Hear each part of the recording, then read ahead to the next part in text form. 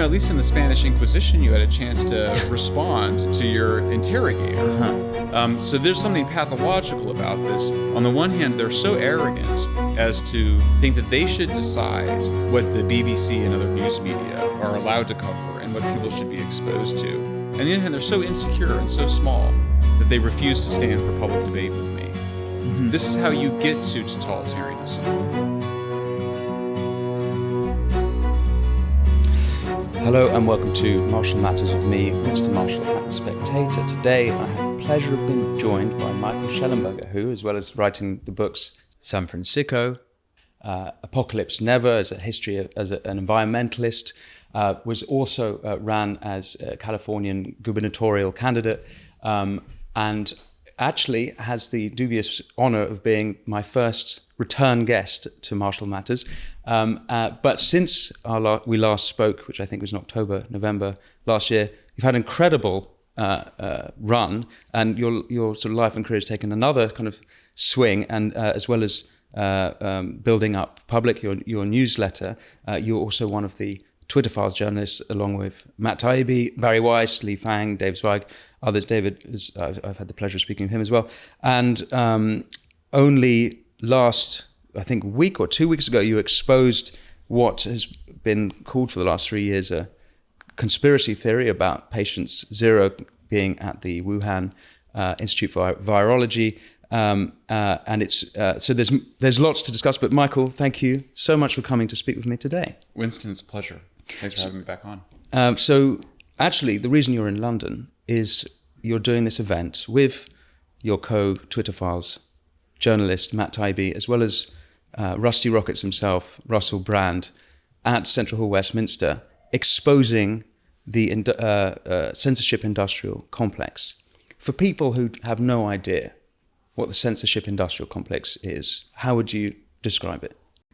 Well, to answer that question, you really have to go back to the beginning of the Twitter Files. So we were invited in. I mean, really, it was, as you mentioned, Matt Taibbi, Barry Weiss were invited by Elon Musk and his associates into Twitter to figure out what was going on, because we knew that there was pretty significant censorship of disfavored voices, mostly conservative voices, but other voices too, for several years. And Elon was committed to some transparency as to what was happening. So we were given a pretty broad access to emails and internal messages through Slack.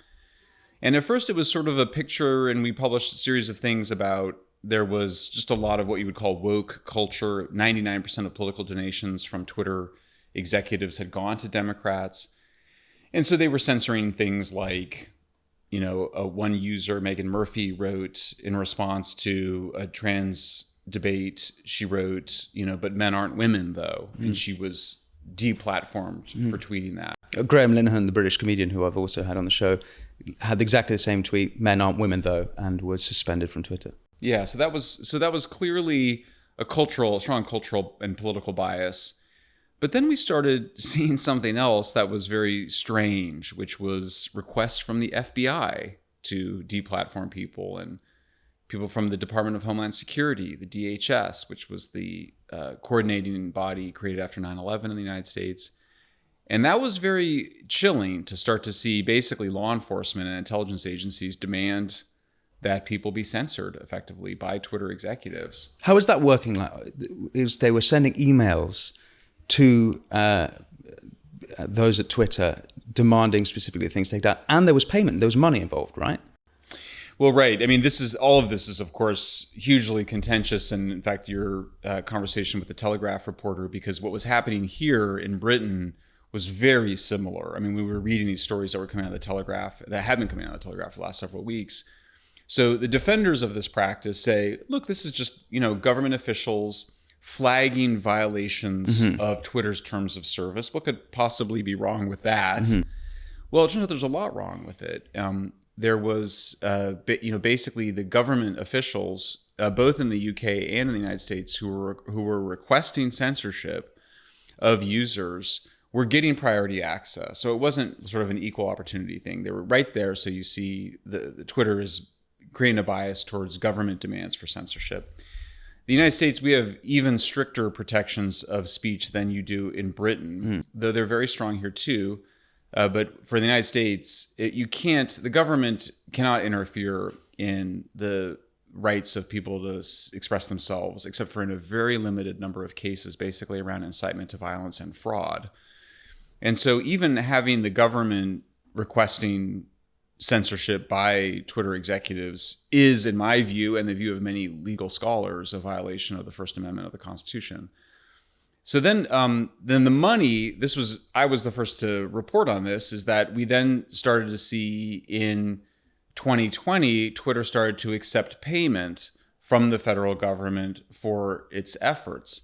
This was legally justified as the expense of Twitter executives having to engage in these activities, and there's a law that allows for compensation. If you're helping on a federal investigation or a law enforcement investigation, the social media executives can be compensated for it, but it's a clear conflict of interest.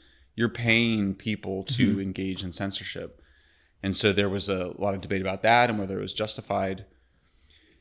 But to make a long story short, it was widespread. It was a very intensive and coordinated activity by multiple government agencies in the United States, in the UK, requesting censorship on myriad issues. We mentioned transgenderism, climate change, COVID was a huge one. I mean, maybe the most egregious is where White House officials demanding that Facebook censor people for sharing true stories about vaccine side effects. This is particularly offensive, it should be particularly offensive to progressives in the United States, because there had been a huge effort to require pharmaceutical companies to name the side effects of their drugs in their television ads. And here people were describing the side effects of this drug to them on themselves, and you had the government demanding that it be censored.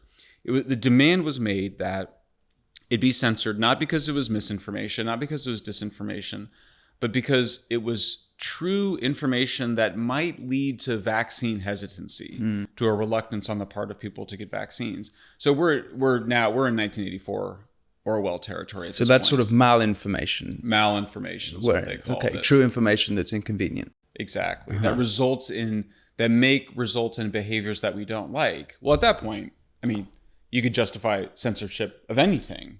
And so you're dealing with, I mean, you can involve the philosophers here. I mean, you're engaged because in any language idea games. could lead to a bad outcome, sure. Absolutely. And we know that, people make up all sorts of reasons for different kinds of behaviors, and people defend behaviors retroactively for different reasons than they had at the time. I mean, there's a whole long tradition of philosophy of language that looks at how people reason. And so you're basically giving a very broad justification for censorship. And it just, as you might imagine, it just spiraled out of control, and you saw abuses of power right away. And I hasten to add, we struggle ourselves to find the right language to describe the kinds of things that we were seeing.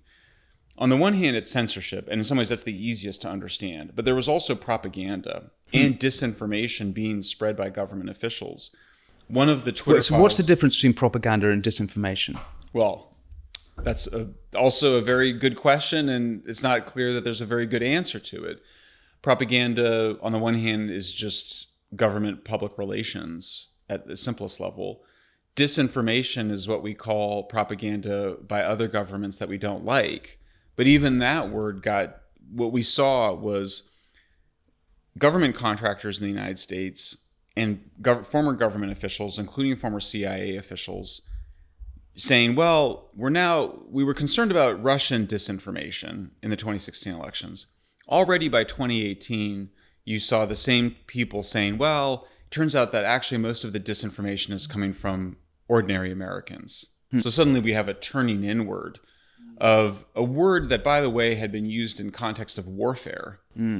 So one of the most famous examples of disinformation that those of us in the West support was the use of the Ghost Army in World War II, so that we made it look like we were going to invade, or that the Americans were going to help the Brits to invade Europe and fight the Nazis across the channel. Instead, of course, we did it through Normandy, but they created this fake Ghost Army. That was disinformation, or what we might call psyops, psychological operations. So disinformation, which was just used to describe Russian efforts to sway the 2016 elections very quickly then became turned inward. And that's one of the themes of this work, is that we saw people that had been involved in the war on terrorism after 9/11 had a huge amount of success reducing and fighting terrorism around the world. Suddenly you have this huge apparatus for fighting terrorists that had nowhere to go, and it turned inward after 2016, partly in reaction to Brexit, partly in reaction to the election of Trump. And so this was a very disturbing trend. And so we start to see the intelligence and security agencies of the United States, officially and unofficially, get involved in suppressing mostly populist, mostly conservative voices, but also some left-wing anti-war voices, COVID dissidents. And one of the things I wrote about was the effort to basically run a disinformation campaign around the Hunter Biden laptop, which surfaces in October 14th, 2020, a New York Post article. What we saw were former government officials, including many former directors of the CIA. We saw former FBI officials, including ones working at Twitter. Is that Jim Baker? Jim Baker, the former chief counsel for the FBI, took a deputy counsel role at Twitter, internally making the case that the Hunter Biden laptop was Russian disinformation, which, by the way, is a crazy conspiracy theory when you consider here they had Hunter Biden's laptop. They had the subpoena from the FBI confiscating the Hunter Biden laptop in December 2019. And when was Jim Baker at the CIA? Jim Baker arrives at Twitter in the summer of 2020. So he would have known about the Hunter Biden. Well, we don't know. We don't know. We don't know. Ostensibly, there is compartmentalization of information, need to know. But general counsel of the FBI is arguably as powerful as the director. They need to be involved in multiple FBI operations to make sure that they're legal. That's the role of one of the roles of the general counsel of the FBI, is to make sure that the FBI is not breaking the laws that are supposed to constrain them. So the FBI confiscates the Hunter Biden laptop in December 2019. They give the computer store repair owner who had the laptop and gave it to the FBI. They gave him a subpoena, which is almost like in that case, it's almost like a receipt that we have it. We have the receipt signed by Hunter Biden, dropping the computer off. The New York Post publishes both of those in their coverage. And then you get this cockamamie conspiracy theory suggesting that somehow the Russians had hacked Hunter Biden's computers and then put them on a computer. The more straightforward story is that Hunter Biden, at the time, well-known alcoholic and addict, dropped the computer laptops in his bathtub or in a pool. So you have basically former government officials, ostensibly former government officials. And by the way, one of the things that you hear when you interview people in the intelligence communities, they say nobody ever leaves the intelligence community. Well, that's interesting, because I just want to talk about the case of Jim Baker for 1 second, because it would be easy for people looking for examples of collusion to just be like, oh, look, there's a revolving door between government and big tech. Look, take Jim Baker, he was there back and forth. But it's also possible, is it not, that he could have just had that job, ended that and gone in for a different industry. What evidence do we have there's really a revolving door, or that there's really collusion there in the sense that the same people are going back and forth? Well, in the Twitter files I did on the Hunter Biden laptop, so if people want to look at it, they can just Google, Shellenberger Hunter Biden laptop. Twitter files. You did that was part 7 of the Twitter files, and you did part 4, which was January 7th. Yes. And then part 7, which was FBI and the Hunter Biden laptop. Yeah. Yeah, and we can come back to the decision to deplatform Trump, because obviously it's a massive moment in the history of social media. But in the case of the Hunter Biden laptop, so first of all, Jim Baker had been in and out of the FBI, so that revolving door had already occurred. He'd gone in and come out, went back out, came to Twitter. And what was so striking is that the team that was assigned the task of deciding whether or not the New York Post article about the Hunter Biden laptop violated Twitter's terms of service, they came back and were very clear that it did not violate their terms of service. Therefore, there should be no censorship or restrictions on that tweet or on that account. The case then was made internally in Twitter to censor it anyway, and it was made by Jim Baker. He made it most forcefully. He made it in multiple instances, both in internal communications, in a Google Doc where they were discussing and shaping a kind of response to it. He was very strenuous, by far the most strenuous person making the case that it was Russian disinformation on the basis of absolutely nothing, on the basis of total speculation, of just kind of word salad, basically, to censor it. And he ultimately won out. And, I always, the way that bad things happen often is by telephone, so that there's no record of them. So the fact that we have such extensive written suggests I have to assume, I think it's fair to assume there was a lot of phone calls going on as well. But it was after Jim Baker's intervention that Twitter executives did decide to censor the New York Post article. This comes back to this earlier point I wanted to make, which is that to understand what's going on here, it's not mere censorship. It's also always disinformation and censorship, or what the people involved in this call an influence operation or an information operation. So the censorship of the Hunter Biden laptop tweets by the New York Post were so significant in my view, not simply because it restricted access to that content, but because of what it communicated. It was saying that Twitter felt that this was disinformation. And so for me at the time, I was a Biden voter, a Biden supporter. I thought Trump was chaotic and was, like many Democrats at the time, felt it needed to go. I looked at the Hunter Biden laptop and I also thought that it seemed like, it was 2 or 3 weeks before the elections. It was, Rudy Giuliani was involved in it. It was New York Post rather than the New York Times. Like many liberals at the time, I had a very snobby view of the New York Post. And so when Twitter and Facebook said that they were censoring the content, for me, that was another black mark and another reason to think that it was not true or that it was not accurate. So the censorship itself is part of the influence operation. Even though everyone points out, people that defend the decision, they say, well, Twitter lifted the censorship after a few days, and that's true. But I think the stigma remained on the content. So it gave people reason, like me, gave people a reason to believe that it was, in fact, Russian disinformation when it wasn't. It was actually exactly what it appeared to be. There's another aspect of it which is sort of typical of a lot of this, and I think important to understanding how a lot of this operates, is the Russian disinformation aspect itself. And this is something that Tybee, I believe, in the Twitter Files exposed. The Hamilton 68 group, which was then the foundation of Jacob Siegel's phenomenal piece exposing the censorship more broadly. And the Russia disinformation is in fact a hoax, and that's the kind of thing that I think is still not quite understood.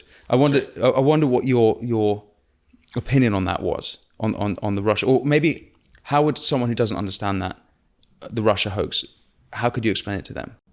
Well, the easiest way is you go back. I mean, you look at 2016. There were efforts by people with ties to the Russian government to do basically two things: run ads on Facebook and also have fake accounts, or what are sometimes called bot accounts, to try to influence the election. Everybody who's looked at this, every independent scholar who's looked at this, say they cannot find any effect of either the advertising or the fake accounts. They were just drowned out by so much other communications on those couldn't platforms. Find the effects of it. But I thought that we had agreed that there probably were Russian bots. Yes. But that there were not many of them. Exactly. Right. But then the Hamilton 68 group, what's important about that is that was a government-backed group specifically designed to spread the disinformation that there was Russian disinformation. That's right. Right. That's right. So, but just to sort of back up, I mean, you have after 2016, you have this allegation that Trump won with the help of the Russians. There was never any evidence to show that any Russian involvement had any impact on any voters. To give a sense of it, most Republicans got their news from Fox News, not from Facebook. But even the communications that we could tie to Russia, just were trivial. I mean, it's just in a wash of information online. But it was grossly exaggerated to start with. Then you get to 2018, and one of the most important figures in the censorship industrial complex, named Rene DiResta, a former CIA fellow, at least allegedly former, then at Stanford, and also at a political organization that did campaigns for Democrats, does Senate intelligence testimony, testifying to some, and grossly exaggerates the effect of the Russians. And then you get to this thing called Hamilton 68, which is part of a think tank called the Alliance for Securing Democracy. And what my colleague Matt Taibbi discovers is that what they were doing was calling genuine users Russian bots as a way to discredit them and to get them censored on Twitter. Or more importantly, I would argue, it was a way to generate a lot of news media coverage. I mean, dozens, maybe hundreds of news articles were written claiming that Russian bots were active on Twitter, and really trying to get people to see Trump supporters, populists, populist right type users, trying to get them to see them as Russian bots. This is a really important aspect. I hope we can come back to this, is the legacy media's complicity in the complex of it all, because it's, and also now seeing there's no, even though this stuff has been exposed, not only are they ignoring their participation in it, but there's no attempt to correct the record. They'll ignore the story completely, as with the Twitter files, huge story. Legacy media pretty much ignored it. There was very little reporting of it. Well, worse than that, they participate in it. I mean, really the dark view of it is that they were participating in the disinformation. And to give you a sense of it, knowingly, you think?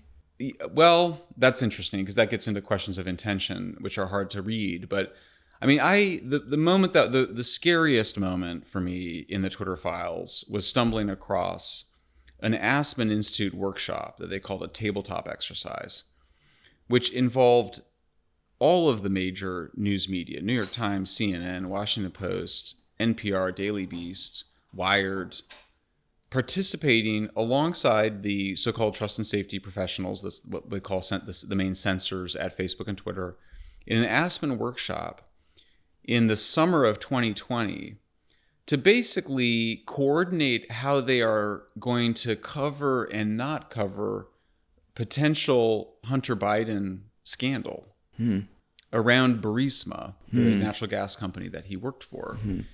And the scandal there, by the way, is that on the laptop, there's an email which says, "Thank you," and this is to Hunter Biden, from, I think, one of the advisors on the Burisma board, saying, "Thank you for the opportunity to meet your father." Right. That the 10% for the big guys, that's a China thing.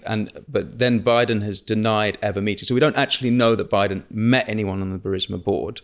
But there's the one email which says, "Thanks for the opportunity to meet your father." Sorry. Yeah. Well, and I mean, look, I mean, the Hunter Biden laptop, what it shows in a nutshell is his son and Hunter Biden and the president's brother just engaging in influence peddling. Whilst Biden was VP. While Biden was vice president, and now we're in the midst of a huge news scandal in the United States alleging direct criminal bribery involving the president. And there's a huge conflict between the Congress and the FBI to try to get some of the documents, and the whistleblower and the witness to it. But basically, yeah, you see these two family members, the son and the brother, selling access to the father with some idea that they will be able to influence his decision making. I mean, that's why people would pay for the influence. And disturbing stuff. I mean, it's not, I think that the people that sort of wave it away, they kind of go, well, that's how it works in Washington, but it's not how we should want it to work in Washington. And even if it were entirely legal, it probably shouldn't be. Or at least it should be something that voters should know about rather than you shouldn't censor the story. Let them know about it. That's or spread propaganda about it, misleading people about it. So yeah, but this the participation of the news media, in some ways, it's the main event, in the sense that the decisions by Twitter and Facebook are certainly important, but you've got this when you have the entire mainstream news media telling you that the Hunter Biden laptop is not what it appears to be. It's you have to be, I mean, and it basically allowed for swing voters, the people that would determine the election, to dismiss this very important piece of information. But what was creepy about it was that here they were, it was orchestrated. So you saw all of these news media with the social media representatives engaged in this Zoom conference calls where they were basically planning how they were going to not cover or cover in a manipulative way this big story. And this has to do with what's called the Pentagon Papers principle. Mm-hmm. The Pentagon Papers, of course, is the very famous decision by Daniel Ellsberg, who just passed away, to when he was a Defense Department analyst, to steal, I think it was in 1969, a set of documents from the Pentagon showing that the United States was losing the war in Vietnam. Mm-hmm. It was considered a very courageous decision by the Washington Post and the New York Times to publish these stolen documents. It was the subject of a Steven Spielberg movie called The Post, about the Washington Post decision to do this. This was considered a triumph for the First Amendment. These documents had been stolen. Daniel Ellsberg risked prison to steal these documents in order to get out this very important truth that the U.S. was losing, not winning the war in Vietnam. What you saw in that Hunter Biden workshop in the summer of 2020 was an effort to undermine this very fundamental journalistic principle that you should publish those documents, even if they were stolen. Mm-hmm. The journalists should be protected under the First Amendment to publish those documents, even if they had been acquired illegally by a source. So what we saw was in that workshop, and then also in a prior white paper by a Stanford think tank, an attack on the Pentagon Papers principle. And the attack was basically the following. It was, you must not emphasize the content of those documents. You should instead emphasize how they were acquired. So if some negative information were to come out about Hunter Biden before the election, you must emphasize that they were almost certainly the result of a Russian hack and leak operation, as opposed to maybe Hunter Biden just dropped his laptops in his bathtub and then took them to the computer store. Wow. That's another level. I mean, in this country, we had recently Isabel Oakeshott, who was hired as the ghostwriter for the health secretary during the pandemic, Matt Hancock. And she published or handed over his WhatsApp messages, which included him saying he wanted to scare the pants off the British public as a way of controlling them to get through the pandemic. And the response that she got was that instead of the other journalists being like, wow, look what the government were doing, they went for her and the ethics of her leak. Right. Which is, you'd have thought that the priority is to hold the government to account first and foremost. Okay, sure, there's problems with the ethics of there's an interesting conversation to have, but it's not the first conversation you have. You actually discuss what the bloody government were doing. Well, you're right to make that comparison. I'm shocked by how, when I see these things happen here in the UK, we follow it pretty closely, and it's identical basically to what's going on. So what you're seeing are basically state propagandists within the government in the United States and in the UK trying to shift the focus for journalists. Mm. And that's always happened. That's what state propagandists, that's what their job is. Yeah. But what's shocking about it is to see the way the journalists are participating with the state, as opposed to having a much more skeptical or even antagonistic role. Mm-hmm. In the Spielberg movie about the Pentagon Papers, there's this sort of defining moment where Katharine Graham, the publisher of the Washington Post, has an argument with the defense secretary, Robert McNamara, and they're friends. They have dinner parties together. It's very clubby. And he gets very angry at her and threatens her, and she stands up to him. I mean, that's sort of what it means to be an independent journalist. Mm-hmm. Well, here we see the government behaving thuggishly with the journalists, and the journalists sort of going along with it. Mm-hmm. And I think it has to be understood as well as part of the elite panic after 2016. Mm-hmm. Trump derangement syndrome is a very real thing in Washington and among, not just liberals in general, but really elites who I think felt that Trump and Brexit combined represented a threat to the liberal world order. So is that the core of this huge phenomenon? You think it's Trump derangement syndrome? That's the thing at the very root that's motivating, that's the energy, let's say, behind the censorship industrial complex? I think so. I think that it was preceded by what Martin Gurry calls the revolt of the public unleashed by the internet in general and by social media in particular. So, I mean, suddenly, you see this moment in 2016 where Hillary Clinton refers to Trump supporters as people that you could put in a basket of deplorables, the unwashed, the rabble. There's some sense in which Twitter and Facebook are allowing ordinary people to speak. Horrible, right? These common people with their typos and their poor language and their crude ways. And so there was a kind of disgust at the ability of the masses to speak in the ways that they were able to with the rise of social media. And then of course, attributing Trump's rise and attributing Brexit, same thing, to social media, which, ironically or not ironically, most scholars do not attribute. I don't actually know about Brexit, but they do not attribute Trump's victory to social media. It is something a lot of people would say. He took advantage of Twitter and certainly gave him a way to do that. But ultimately, I think most political scientists think that Trump wins by really some powerful debate performances, embracing a more nationalist and populist message. And so I think you have a deliberate or accidental misattribution of Trump's success to social media. The reason it might be deliberate is because they wanted to gain control over these technologies. And they basically did achieve that. After 2016, you saw incredible, it's one thing to try to control all of the major news media, but they're talking about like 12 powerful news organizations or 2 or 3 if you just look at the New York Times, Washington Post. But when you only have really 2, Facebook and Twitter, to really as a chokehold on the entire discourse, and also as a means of spreading propaganda or disinformation, it's a whole new ballgame. There was a lot of talk in the 2016 election that Facebook was how he won. Do you think that?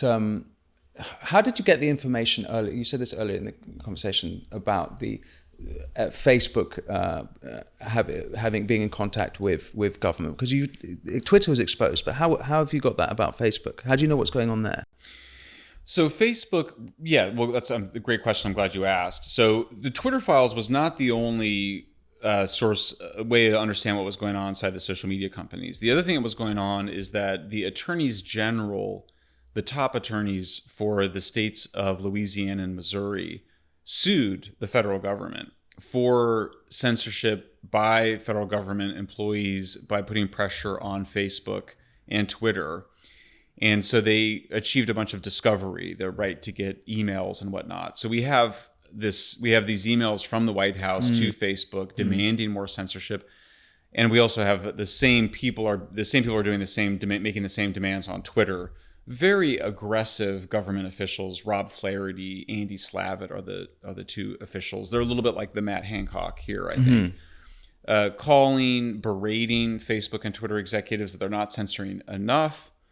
And in that lawsuit, we start to see Facebook bending. We see in those files bending to the will of the White House.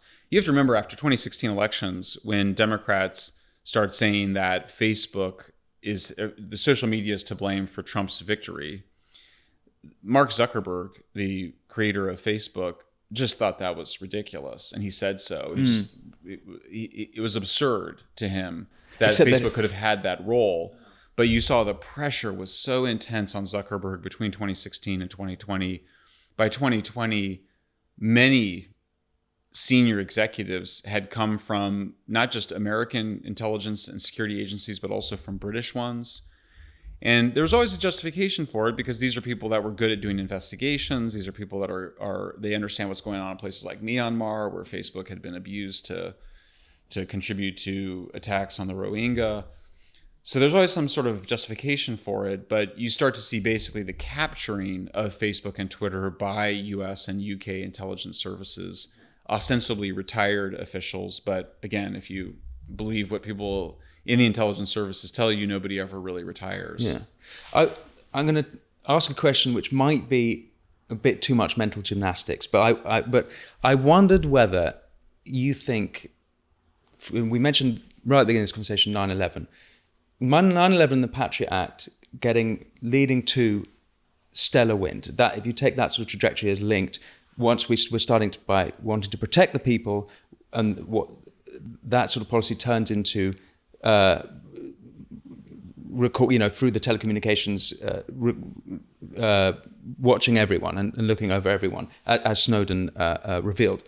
And I wondered whether you saw that as analogous to what's happened here with the Russian disinformation. That's the 9/11 thing, which has then led to this sort of idea that, yes, policy, we need to cut this stuff out, or whether that's part of the same story. Whether Patriot Act, stellar wind into the Russian hoax, is there a lineage that these are all connected? Oh, for sure. It's a single unbroken chain from 9/11.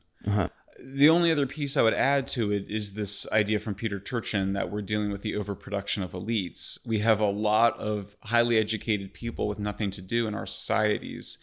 And when the overproduction of elites meets the counterterrorism world and they succeed wildly in the war on terrorism, you have suddenly a bunch of people that don't have anything to do. They start to sort of turn inward. And then 2016 provides a kind of new, reason for existence. Well, I should actually add color to that because it's more analogous than that, even because that's when ISIS started to make serious gains in Syria, as well as the movement in Ukraine, the name of which I've forgotten. So where those movements were using social media. So this is actually very similar, I think, to the 9/11 situation. Very similar. And in fact, ISIS came up a bit in our research too. One of the main leaders that we were always drawn to, because she was one of the smartest people in the room when there was Aspen workshops and other venues, people talking about so-called Russian disinfo, is this person, Renee DiResta, the former CIA fellow. Her whole story, which I always found very suspicious, was that she was just an internet entrepreneur and became concerned about anti-vaxxers online. But then the next thing you know, she's involved in battling ISIS for the White House. It was a very rapid rise to the top, let's say, from somebody who claimed to be just a mere hobbyist. So for sure, the battling of ISIS recruitment online was also one of the predecessor activities to the big event in 2016. Well, actually, you can go further back than 9/11, and I think this is what Jacob Siegel does, is he goes back to McCarthyism. Oh, for sure. Yeah. What do you think about the global engagements, the GEC, which is the sort of Obama's agency, the counter-disinformation campaign? What are the leading groups of disinformation that we should be focused on? Well, that is definitely one of them, the Global Engagement Center. It can be overwhelming, honestly. Matt Taibbi and his team created a list of 50 censorship organizations. These are both government agencies, but also government-funded contractors, think tanks, groups like Aspen Institute. I worry you could very quickly get into alphabet soup here with a huge number of organizations. But what I think is important to remember, too, is that there's something called the Five Eyes Nations, which at the heart of it is really the United States and Britain. It comes out of World War II, where we do joint surveillance together. And it includes Canada, Australia, New Zealand, as well as more junior partners of it, but nonetheless is important to engage in surveillance. One of the aspects of Five Eyes that we've always known about is that nations will spy on each other's citizens to evade the restrictions of not spying on each other's citizens. So one of the groups that has targeted me personally is a British organization called the Institute for Strategic Dialogue. Has been funded by the Defense Department in the past, has been funded by the British government in the past, and is now out there claiming that I'm a climate denier or a climate delayer, both of which are absolutely untrue. Well, I've not heard that term, climate delayer. Well, the idea is that I'm suggesting that we don't need to do something about climate change. Anybody who knows my history over the last 10 years knows that I'm one of the most high-profile advocates of nuclear power in the world, have advocated for building nuclear power plants in Britain, keeping them operating in the United States and building new ones around the world. So in part because of climate change. So the idea that I'm a climate delayer is just disinformation in their own language. I just did a piece yesterday where I pointed out that these people that want to censor me, and by the way, the point of writing a report attacking me as well as Bjorn Lomborg and Jordan Peterson as climate deniers and climate delayers. The whole point of that is to deplatform me and prevent organizations like the BBC or the New York Times from interviewing us or having us included. That's fine. It's a character assassination. It's a character assassination. It's very specific. As soon as I saw this report, of course, I asked to interview the people that wrote the report, to have some sort of conversation with them so they would correct the record. They have absolutely refused. And so what I've pointed out is there's something quite pathological about this. You have the people that are demanding that I be censored refuse to stand in public conversation or even in a podcast interview with me. This is, at least in the Spanish Inquisition, you had a chance to respond to your interrogator. So there's something pathological about this. On the one hand, they're so arrogant as to think that they should decide what the BBC and other news media are allowed to cover and what people should be exposed to. And on the other hand, they're so insecure and so small that they refuse to stand for public debate with me. So while we're here in Britain, I intend to go to their offices and directly confront them and demand that they have a meeting with me, because this kind of behavior is unacceptable. This is how you get to totalitarianism. People point out, well, Michael, you're still free to have these conversations. You have a Twitter account and you're still out there. I am actively being censored on Facebook at this very moment. I wanted to ask about that. So how specifically is Michael Shellenberger being censored right now? I'll give you one recent example. We just broke the story of who the first 3 people who got sickened by COVID were. They were 3 people working in the Wuhan Institute of Virology. We have from multiple sources within the US government the names of these individuals. We broke the story with Matt Taibbi as a joint project with Racket and Public. We've had incredible access to whistleblowers and witnesses because we stood up to members of Congress who berated us publicly, and people trust that we will protect our sources. Huge story. On Twitter, it had been viewed, according to the public count, over 5 million times. Wow. I shared it on Facebook, and 5 people total, not 5,000, not 5 million, 5 people total had shared it with under 100 comments. I mean, it's an explosive story, and it was absolutely being censored and suppressed on Facebook. We know that I know that the moment I was censored on Facebook, because it happened when my book Apocalypse Never came out in 2020. Similarly, the people that the Facebook executives refused to meet or respond or even acknowledge my existence during the censorship. The subcontractors that orchestrated the hit on my reputation refused to speak with me. It's really it's not just wrong, and I condemn it, but there's something quite pathological about this. Our societies, the whole principle of free speech is that even people who are wrong, that the society is made better by having the debate. This is Voltaire. I mean, this is, I will defend to the death your right to be wrong publicly. It's all the more frustrating in your country and mine. Your country, obviously, with the Second Amendment, the First Amendment in the Bill of Rights, and in here, this is the country of John Mill writing Areopagitica, and in the 17th century, these are the nations that should be bastions of free speech. We've somehow forgotten that the significance and the importance of it, and it's shocking to me. But, well, this kind of gets at the nub of it, which is, why is this going on? And we keep coming back to 2016 or the rise of the internet, but there is something else here, which is that there is cancel culture. Cancel culture precedes the censorship industrial complex by many years. Cancel culture is the idea that you should not speak, that your words create harm. We followed very closely the controversy here with Kathleen Stock and the attempt to prevent her from speaking at Oxford. The intervention by your prime minister that she should be allowed to speak, her wonderful remarks about the right to offend and the importance of that.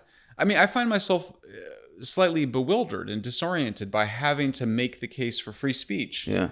Something that I would have thought would have been so basic, or even sort of cringe to have to speak out about free speech because it just seems so obvious. I mean, who would need to defend free speech? But here we are in a situation where we have to tell young people in particular that they should not be protected from things that they find offensive.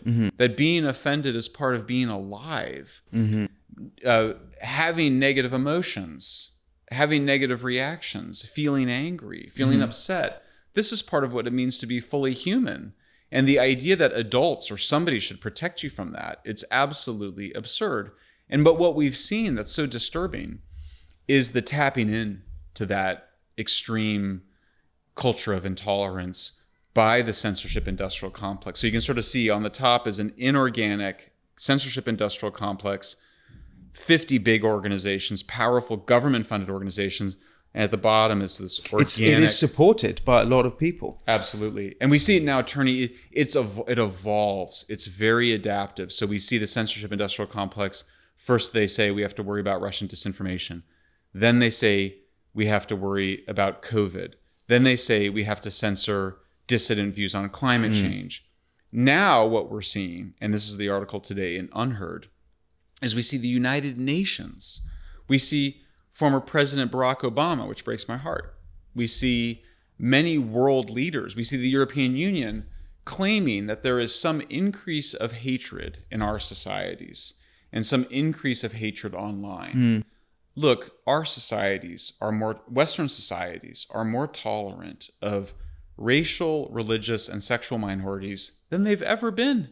I mean, by orders of magnitude. I mean, imagine your grandparents. Imagine how homosexuality was dealt with in our societies. One of my favorite statistics is that in 1958, 4% of Americans approved of the rights or approved of whites and blacks being able to marry. Today, it's over 96% who say that white and black people should be allowed to marry. The level of tolerance is incredible by any historical or global standard. Yeah. And yet here you have prominent leaders suggesting that the people are somehow filled with hatred and that the online environments are somehow full of hatred. I think it's an absolute case of psychological projection. They're the ones who they absolutely hate. When you hear Hillary Clinton saying they're deplorables, when you see this condemnation of ordinary people for expressing genuine aspirations for self-government. We saw it here. I mean, we saw it with Brexit, right? That anybody who supported Brexit was somehow a racist, somehow intolerant. I find it very troubling. It makes me very upset and angry because I think you're calling somebody, you're totally misidentifying their motivations, and you're suggesting you're finding the worst possible motivation for them. The worst possible thing to say about somebody. So we talked a little bit about the UK, and you mentioned Kathleen Stock, and so actually Rishi Sunak has appointed a free speech czar, which is Arif Ahmed, and so there is suggestion that the current government under Rishi do have an appreciation for free speech. At the same time, there's the online safety bill, which is going through the House of Lords at the moment, which is being debated, which would as far as I've understood it, give power to the tech companies of California to decide what can and can't be published, which brings us right to the beginning of this conversation. That's right. And also what's happening now, and I believe some of your team are in Dublin, because there is the Criminal Justice Incitement to Violence or Hatred and Hate Offences Bill 2022, which is about to go through, which again is reducing speech deemed hateful, not just inciting violence, but deemed hateful. But then what is hateful? Does me hating hate, is that hateful? Like where's the bounds of that? Yes. Coming in from America, and what's your opinion of these things that are going on over here? Extremely disturbing, and all of it happening simultaneously. We've created a document that's available to the public, and people can find it on our website at Public, where we just document what's going on in all these different countries. It's very scary. So it's happening everywhere. It's happening in the EU. It's happening in Britain. It's happening in Ireland, Brazil, Canada, United States. In every country, there's a slightly different angle to it, and we are still trying to figure out exactly what the pattern is, but it's clearly coordinated. We know it's coordinated because we see things happening simultaneously, similar justifications being used for censorship, similar cast of characters. It's World Economic Forum. It's Jacinda Ardern from New Zealand, this the Christchurch massacre then led to a call for greater censorship. She then now is at Harvard, heading up their censorship center. We see at Stanford. Yes, she is. Stanford just announced a new. They already had 2 censorship organizations. They just announced a third one. So we're seeing it at think tanks. We're seeing it in top universities. We're seeing it at people that in the revolving door out of these intelligence and military and security organizations. So it's happening everywhere. Ireland is shocking. I mean, that law would allow the police to go into your home, search your phones and computers. If they find so-called hateful materials, determine that you are guilty until proven innocent, guilty of a plot to disseminate those materials. I mean, Ireland, I mean, people, Brits know Ireland. Americans, we love going to Ireland. I mean, the friendliest, most tolerant people in the world. Yeah. I mean, what's this idea that somehow there's been some eruption of hatred? I mean, it's quite disturbing because, and I will say though, I know we can't leave it with this, but I will say the pushback is also working. Just simply describing these efforts. We for example, we saw Obama claim some big increase in hate. I've noticed that now the messaging... There's been a few claims that there's increase in hate. Or under Elon Musk, there's more hate online. And you argued on her that there isn't. You don't agree with that notion. Well, okay, so here's a great moment here. A BBC correspondent in the United States secured an interview with Elon Musk. James Clayton Sat down with Elon Musk. To put it mildly, Mr. Clayton was not prepared for this interview. He walks in and he just repeats this claim that anti-Semitism had increased on Twitter since Elon Musk had taken it over. Where did he get that claim? From the Institute for Strategic Dialogue, the very same organization that's spreading lies about me. As soon as he said it, as soon as this went viral, I read the report. It took a matter of minutes for me to find that they were classifying tweets critical of George Soros and the World Economic Forum with no mention of Judaism or Jewishness or anything, or even of Kabbalah. Just tweets critical of George Soros and the World Economic Forum, they had classified as anti-Semitic. Garbage in, garbage out is what we call that kind of analysis. But that's pervasive. In California, there's a California initiative to crack down on hate online, and they claim an increase of hate incidents. Well, you look at the data, and what you realize is that they are not accounting for a reporting bias, meaning that there's been an increase of reports of hate online. Does that mean that there's been an increase of hate online? Well, of course not. You can easily imagine that when you start tracking a phenomenon, the people tracking it get better at detecting the phenomenon over and over again. In fact, psychologists have written major research has been done on this, which is called concept creep, meaning that we know that what people consider harmful speech or hateful speech is increasing. So the very same, we see it, the reaction to having Kathleen Stock speak at Oxford, this demand from students that she be censored, we see that in the culture, this cancel culture, this woke culture, coinciding with the intolerance from the rise of social media, the reinforcement of your pre-existing beliefs. So what we're seeing is this is self-reinforcing. Yes, it reinforces stuff. Yeah, we need more censorship. Look at the hate that's going around. It's just a cycle, and it just doubles everything down. And the social fear that's created. I have people in my family who are Zoomers in their early 20s. When Black Lives Matter happened, they felt incredible pressure from their friends to put a black square on their Instagram. Why don't you have a black square on Instagram? Why don't you have a Black Lives Matter sign in your yard? Is that because you're a racist? I mean, it was a culture of fear. This is a McCarthyist, it's the crucible. It's witch hunts. It's the attacks on Parker, on Posey Parker, on Billie J. Keene, and this fear that I will be accused manifesting as me accusing others. So the accusation of racism or transphobia, the accusation of that upon others as a defense mechanism to protect myself from being accused. Yeah. Social media, of course, magnifying and intensifying it. That's one thing, and that's disturbing. You would want your your leaders, your cultural, political, social leaders, to push back against that and say, hey, let's all calm down a bit. We're all more tolerant than we've been in decades. Anybody who has any historical memory will know that. To see them then taking advantage of it and using it as a pretext for censorship is very chilling, very disturbing. We need to call it out in every instance. And I will say, it does seem to work.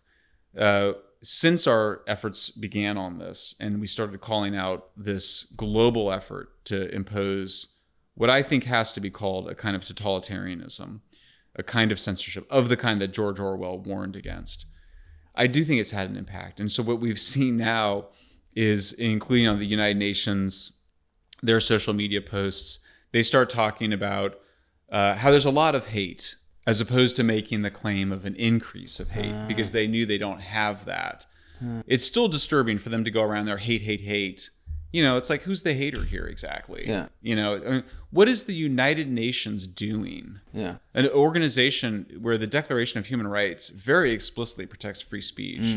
And they're supposed to be, spreading brotherly love. What is the United Nations doing here? Spreading this idea that hatred is rampant when there's no evidence for it, and demanding censorship. So yeah, I mean, I do think it hasn't. I think I took great hope from the Prime Minister's intervention on the Kathleen stock. I think it suggests that later today and over this week, I'm looking forward to interviewing ordinary Britons on the streets and asking, how would you feel if the government were secretly reading your direct messages? Because that's where this is headed. How would you feel? I mean, they already are, but sure. Yeah, but to do so legally, I guess, to have some legal justification for it. I don't think ordinary people want that. We saw with the Edward Snowden revelations. Oh, I would change you on that, because the old me would have been like, I've got nothing to hide. I'm happy with the government. And where I've changed is I no longer trust the government and see how they're acting. I don't want them reading because I don't want them trusting the government. But yeah, if we're fighting terrorism or we're fighing whatever the baddie is of the moment, I'm happy for you to read my thing. So I think most people probably don't care. That was a tragedy of Snowden. He said, my greatest worry is that I will sacrifice my life for this and no one will care. And that's pretty much what happened. No, very few people give a damn. I think in the abstract, I think that's true. If I haven't done anything wrong, what should I be worried about? But I think if you ask people, would you like to know if somebody taking an experimental drug that's being prescribed for your children is experiencing side effects, would you like to be informed about that? Or would you rather that the government just censor that information? I think most people would say, yes, I would like to know. I would like to know what the consequences of experimental drugs are. I would not like to have a small number of experts. Would you like the government to decide whether you can hear a full range of arguments for or against whether Britain should be part of the European Union? I think most people would like to see a broad range of arguments. So, but I think it gets back to the point where we started with, which is that we find ourselves in the strange situation of having to make the case for freedom of speech. I do think there is a difference with surveillance, which is that I do think people after 9/11 in particular accepted a fair amount of surveillance of their communications in order to prevent a terror attack. You have many more CCTVs in Britain, than we do in the United States. There's much more tolerance of that in Europe than in the United States.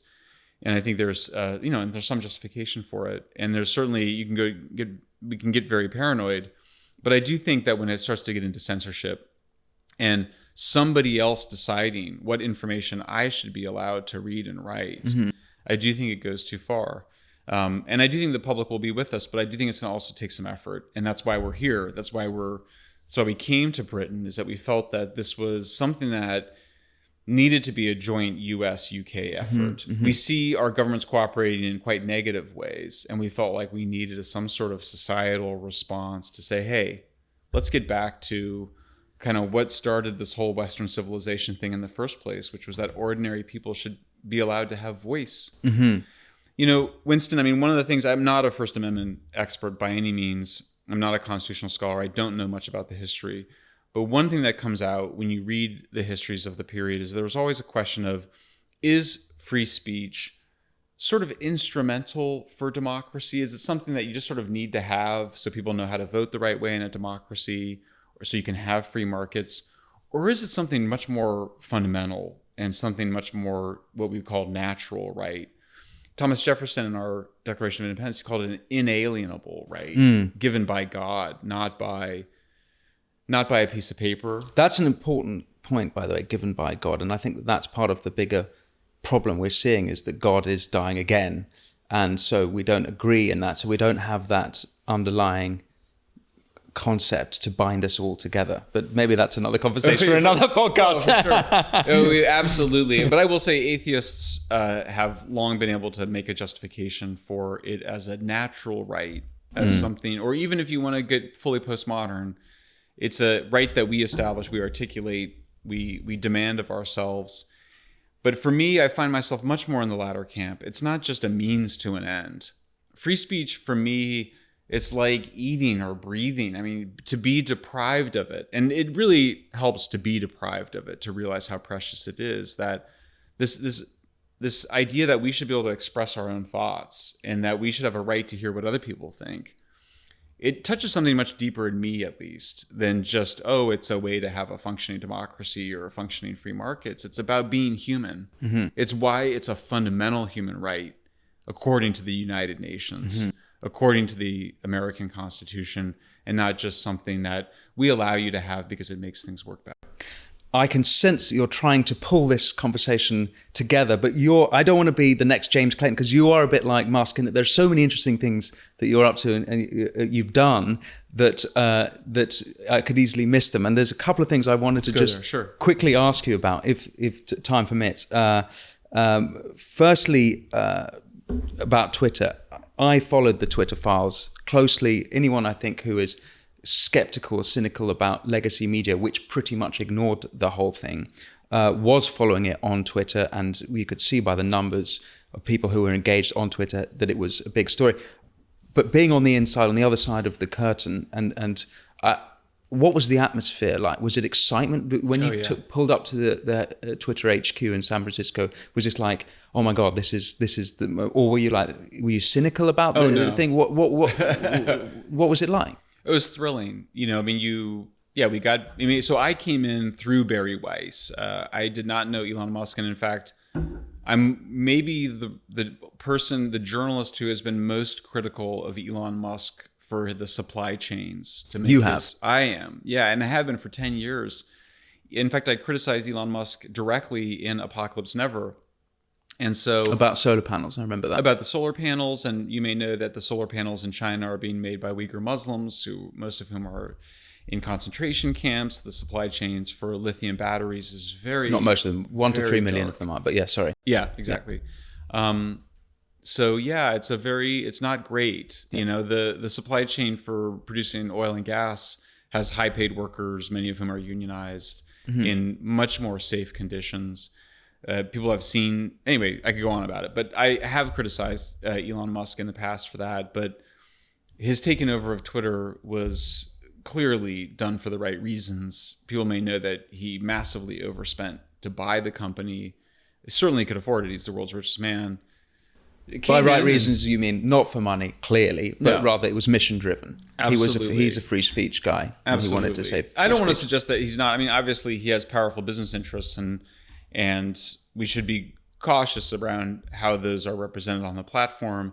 Yeah, there's how dedicated to free speech has since been proved it's a little bit absolutely. Unclear. And I've testified to Congress now on this twice. First time on the censorship, but the second time on big tech. And my view, just to get it out before we get into Elon and Twitter a little bit more, is that the solution to this is transparent, mandatory, legally required transparency by the social media platforms. So Facebook and Twitter, the First Amendment said one of the things is it prevents you from being forced to say certain things, and so you can't compel speech. That's another kind of censorship. So you can't compel Twitter and Facebook to allow you to say certain things, but you could compel them to be transparent about what kind of censorship they're engaging in, who's being censored, but also who's being deplatformed, who's being de-amplified, meaning having their content spread.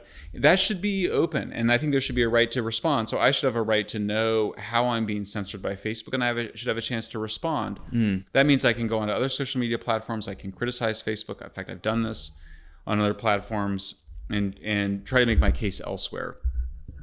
I put that out there. I think Elon and Twitter should should be required to have that level of radical transparency. I will say, and of course or maybe not of course, but I've also said this to Elon directly multiple times, that he should be more transparent about the decisions that are being made.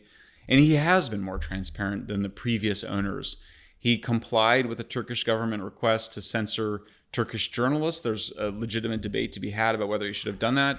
But when he did it, because the alternative was that Twitter would be taken down completely in Turkey. That's right. And they had lost it. They had appealed many times in the courts, and the Turkish courts, and lost. And to his credit, he did publish on Twitter, they tweeted out the actual legal documents and the names of the people that were being censored. That's a huge improvement over what Twitter had done before, and certainly what Facebook was doing. But inside Twitter, I mean, Elon himself is a very intense personality. I mean, it's a little bit, I mean, what you see is what you get, I think, with Elon. He's a very intense personality. He's making jokes all the time, some of which are more successful than others, but certainly he's a major joker. He loves to make jokes. So his shitposting isn't just reserved for Twitter. Oh, no. He's an edgelord IRL as well. Okay. No, I mean, there were certainly moments where we're sitting there because we're getting the files and we're like, we don't know how long we're going to, you feel a little bit like you've just, it's like a smash and grab situation. You're trying to. Is that right? So you come in, you're at the computers. Presumably you had an engineer or someone to help you. I mean, I don't know how tech savvy you are, and you're kind of. How did that work? What was the actual process? Yeah, we would put in these search requests, and of course, at this point, there was 3 kind of well-known journalists. Barry Weiss, Matt Taibbi, me, but we also had our colleagues with us. So at times there was a room of 7 or 8 people plus the Twitter staff making many requests. Them coming in with the files.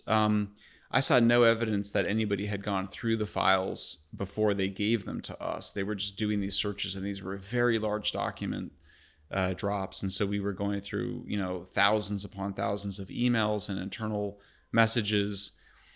And it was, we're a sweaty conference room, you didn't know what you were looking for exactly? We didn't know. Well, we did in the sense that there had been events. So, for example, the Hunter Biden laptop was a huge decision, and Matt Taibbi covered that already by the time I came in.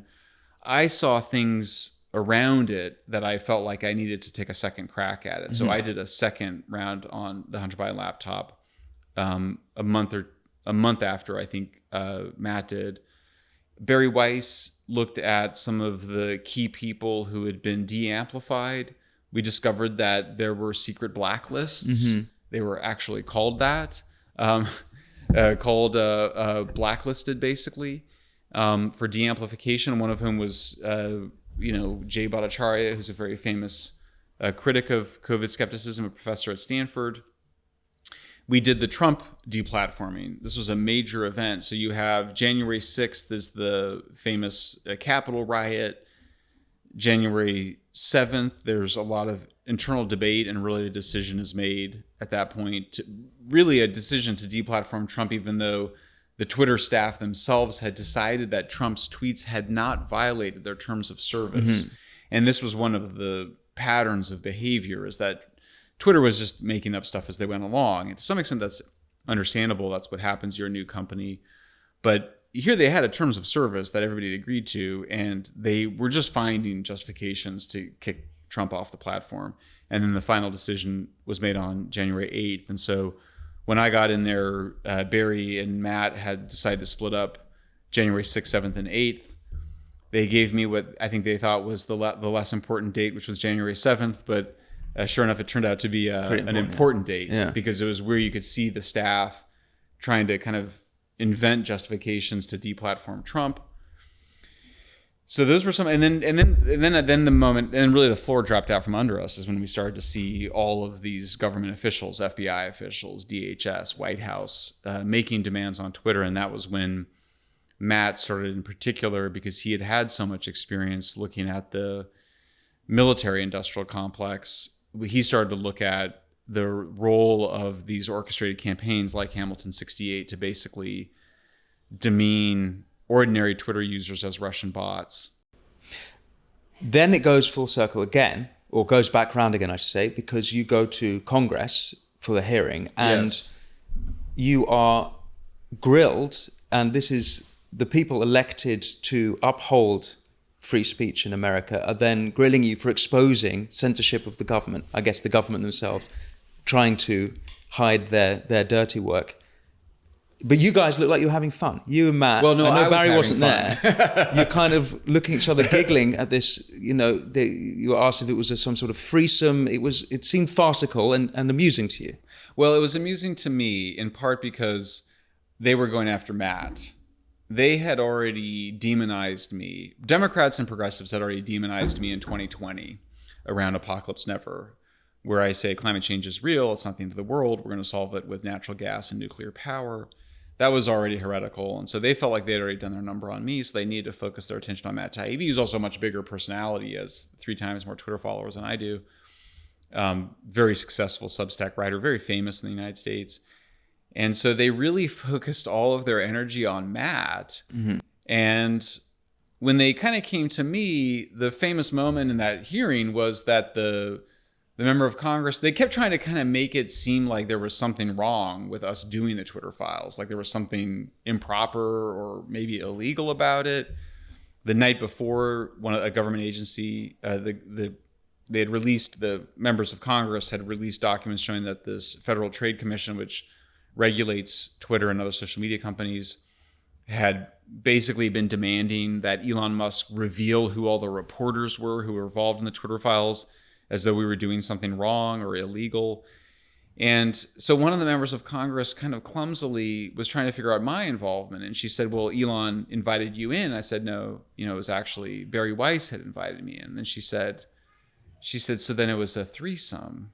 And the whole room just erupted into laughter, because you have to remember they're up above you. You feel like you're kind of down and small, looking up at these members of Congress, and they're sort of accusing you. And DC is a very unfunny place in many ways, very square place. And so, but the room just erupted into laughter. I knew enough from having listened to comedians to know that you should always let the laughter die down before you respond. And then I said, there was many more people involved than that now. And that got another huge round of laughs. And it was, and of course, Barry Weiss is a very famous lesbian. She's maybe one of the most famous lesbians in the United States. Her wife is Nellie Bowles. They both worked at the New York Times. And when this went viral on Twitter, Nellie responded in all caps, how many more people were involved, Michael? So, it really went on and on like that. Elon was just delighted with it because he's a big prankster and jokester. And there had been some conflicts and controversies, but it felt like at that moment, all was forgiven. And I think the Democrats... It was the Democrats, because there was one Republican, I think, who was probably challenging those Democrats. Yeah. But do you think the motivation of those Democrats going into that? Firstly, they're obviously completely ill-prepared for they didn't seem to know the topic whatsoever, but they almost took you as the enemy. So there was no good faith. What's their motivation, you think? Are they trying to protect their colleagues? Is it Trump derangement syndrome again? Is it there's almost Musk derangement syndrome? Yes. In America, they just assume, oh, he's baddie now. That's right. Is it that tribal? What do you think? What the energies at play there in that? Incident? I mean, the sad part of it is that the truth is they want more censorship. They want more censorship by online platforms of disfavored views, of what they consider hate speech, of the so-called deplorables. I mean, and this is, it is genuinely sad, because I was raised a Democrat. I was very progressive, radical left as a young man. When I graduated from high school, the Supreme Court had a ruling that you could burn the American flag. Republicans were aghast at this. The Democrats felt like it was a victory for free speech. ACLU defended the right of neo-Nazis to march through a neighborhood of Holocaust survivors in Skokie, Illinois. So the Democrats and liberals were the party of free speech for most of my life. And that really starts to change with the rise of cancel culture and wokeism in the 2010s or so. And so the Democrats, they want to see more censorship. Is it an indication that they have power, you think? Because if you're in power, you're the one who wants censorship. If you're not in power, you want free speech. So That's right. Do you think it's maybe a simple black and white sort of scenario? I think it has to do with that. I mean, look, if we want to get really deep in it, I think wokeism is an effort to create a new secular religion as a substitute religion. And so there's a fervency here. There's a dogmatism. There's a kind of an intolerance of, and a sense that words are sort of magical and they have a kind of magical spiritual power to them. There's all these taboos that you're not, you can't say that trans women aren't real women. That's a taboo thing to say. It's taboo to suggest that you could turn it's taboo for me to say that I can't make myself a woman, but I could make myself a black man. That's totally taboo, even though it's arguably less ridiculous. There's taboo to say that climate change isn't the end of the world. These words have a kind of there's so much heaviness in the language, heaviness and inconsistencies. Yeah. And so I think there's some of that is just irrational. I mean, by all accounts, the Democrats lost that congressional hearing. They're here berating journalists, accusing us of not really being journalists. The very moment that we were testifying in front of Congress, the IRS sent an agent to Matt Taibbi's home. We know that the IRS investigation of Matt Taibbi began the day, Christmas Eve day, December 24th, the day that he wrote a Twitter Files thread describing CIA involvement in Twitter Files. Wow. In the case against him, the IRS case against him, they sort of included some of his written materials. So it's clear harassment. Wow. So it's attacks as well. I mean, it's tax, it's FBI, it's the intelligence community, it's big government, and then also it's coming from a big swaths of the population. It's an abuse of power. So the censorship industrial complex is indeed complex. It is complex. It involves a lot of different, and it comes from Eisenhower's famous warning about the military industrial complex, which was really a warning about government contractors and military contractors having too much influence over the decisions of members of Congress or the executive branch. So yeah, it's coming from all sources. I mean, I think that was a very dark moment in Congress to have those attacks. It had that levity in it, but I think the Democrats, they just went too far. And so we saw many on the left on Twitter from very progressive publications who themselves reacted to this. At the end of the day, journalists don't want to see other journalists, being persecuted in that way. I do think there kind of some sense of self-interest kicked in, but I think we're at the beginning of that. I think we need some serious engagement with the public and with members of Congress to remind ourselves that, the tables turn very quickly on this kind of thing, and you start going after journalists. The next thing you know, Republicans might be in power and start abusing these institutions. It seems like an obvious point to make, but obviously one that needs to be keep making. So, Michael, this is just the beginning of you explaining the censorship industrial complex. You're in London, Central Hall, Westminster, this Thursday with Russell Brand and Matt Taibbi, two lefties who again seem to be believe in the importance of maintaining free speech, and I'm sure they have a whole bunch extra to add to this, as I've already said several times, complex issue. What can you? What's your hope for that event and moving forward in practical terms? Well, first, Winston, we're grateful to you for all your support in helping to pull it together. You've been an absolute jewel to work with, and it's been a real pleasure making friends with you over the last several months. It's been a great pleasure. And yeah, I mean, we want people to show up and be there and participate for us. The burden of protecting freedom of speech can't rest on the shoulders of Elon Musk, as broad as those shoulders are. Certainly can't rest on my shoulders or Matt Taibbi or Russell Brand. We do need a proper movement. We are starting to find each other. I was very happy to see that the British government had also been engaged in surveillance of Carolyn Lucas, I guess the head of the Green Party of Britain, somebody with whom I disagree on most issues, certainly nuclear and natural gas. But I do think that there's an opportunity here for people that are from various political persuasions to see that free speech really should be a common cause for the people. So our hope is that we'll have that event on Thursday night. We are gathering a smaller group of free speech leaders on Friday, and our aspiration is to have a free speech alliance to battle against the axis of censorship, which is spreading its tentacles across the Western world and beyond. Wonderful. Well, I wish you all the best of it. Thank you for coming back to Martial Matters, and I hope the next episode maybe we can get into UFOs. Can make it And God. UFOs and God, indeed. Michael Shellenberger, thank you for speaking with me today. Thanks for having me, Winston.